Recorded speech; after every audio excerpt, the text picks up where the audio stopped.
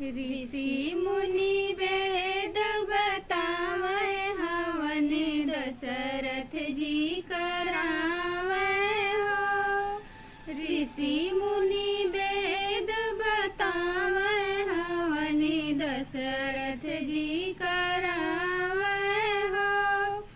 ओहि रे हवनिया में शंकर जी अइले। ओहि रे हवनिया में शंकर जी अइले। गौरा से चौका पुरावे हवन दशरथ जी करावे हो। गौरा से चौका पुरावे हवन दशरथ जी करावे हो। ऋषि मुनि वेद बतावे हवन दशरथ जी करावे हो।